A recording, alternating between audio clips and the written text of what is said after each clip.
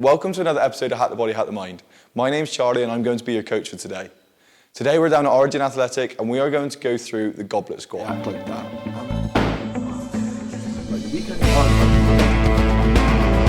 Get a full range of motion. Welcome to Hack the Body, Hack the Mind. Drive up and 5 kg.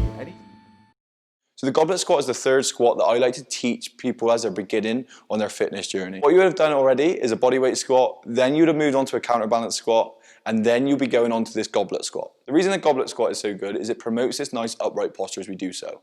All you need is a kettlebell or a dumbbell to do this, and we're going to basically hold the kettlebell or the dumbbell to our chest. So if you're holding a dumbbell, what I like to think about is having the top of the dumbbell connected to our chest.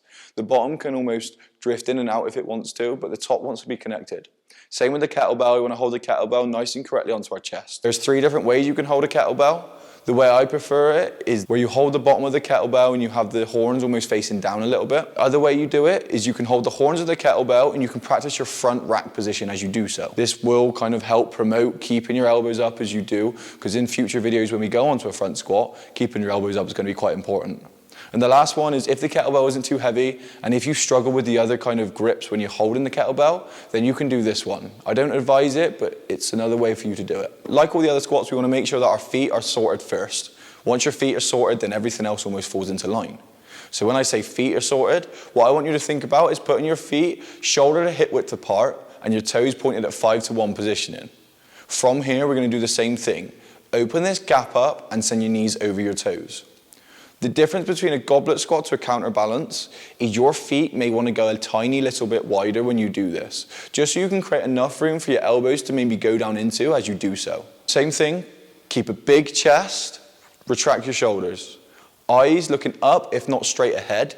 From here, we're going to basically break at the knees and the hips at the same time. What you want to do is try to get to 90 degrees if possible, so below parallel, and then you can stand back up. With a goblet squat, you can go quite heavy with the kettlebells and the dumbbells you use, which is why it's so good. You're not just limited to a 2.5 kg plate, you're not just limited to an air squat.